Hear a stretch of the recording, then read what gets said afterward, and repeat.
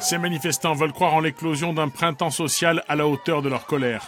À Ajaccio, ce matin, le cortège est parti de la gare ferroviaire pour rejoindre la préfecture. L'intersyndicale réclame une hausse du pouvoir d'achat des fonctionnaires, la défense du statut et la fin de la réforme de l'éducation nationale.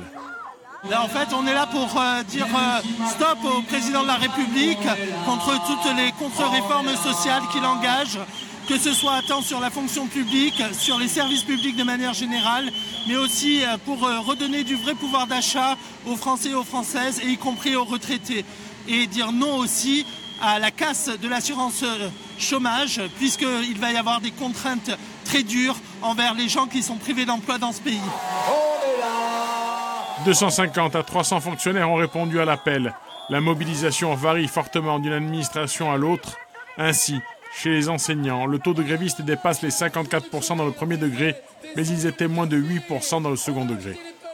Le STC Éducation est présent aujourd'hui par rapport à la loi Blanquer qui nous inquiète, surtout par rapport au devenir du statut des directeurs qui risque d'être mis sous la coupe de principaux adjoints de collège parce qu'il est prévu l'éventualité de fusion entre les collèges et les écoles.